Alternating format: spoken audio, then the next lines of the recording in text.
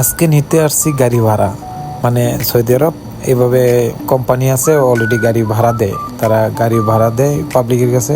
এবং কি আমি যার সাথে আসছি ওই আমার বন্ধু দাবি করে, আচ্ছা যাই হোক আমার বন্ধু ফ্রেন্ড, তো ওই আজকে একটা গাড়ি নিবে এখান থেকে ভাড়া।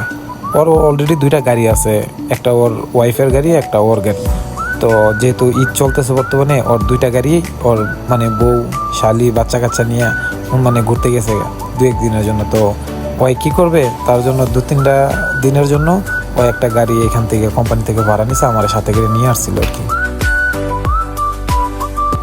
গাড়ির মধ্যে বসে সব কিছু দেখতেছিল যে ঠিকঠাক আছে কিনা।